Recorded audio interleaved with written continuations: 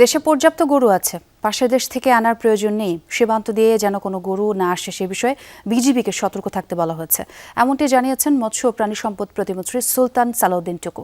রোববার সন্ধ্যায় বগুড়ার জয়পুরপাড়া এলাকায় নিরাপদ মাংস বাজারজাত করতে আধুনিক কসাইখানার উদ্বোধন করেন তিনি। এ সময় প্রতিমন্ত্রী বলেন, স্বাস্থ্যসম্মত উপায়ে মাংস প্রস্তুত ও জবাই পরবর্তী বর্জ্য ব্যবস্থাপনা থাকবে আধুনিক এই কসাইখানায়।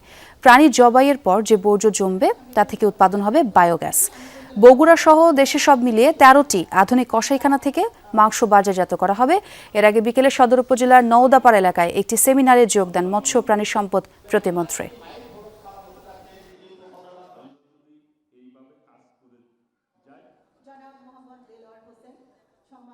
আমাদের কিন্তু গরু রয়েছে প্রায় 1,23,34,000 প্রায়।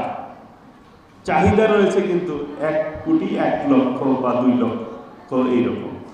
22 লক্ষ গরু কিন্তু আমাদের সারপ্লাস রয়েছে। কাজে অন্য জায়গা থেকে পার্শ্ববর্তী দেশ থেকে গরু আনার কোনো প্রয়োজন নাই।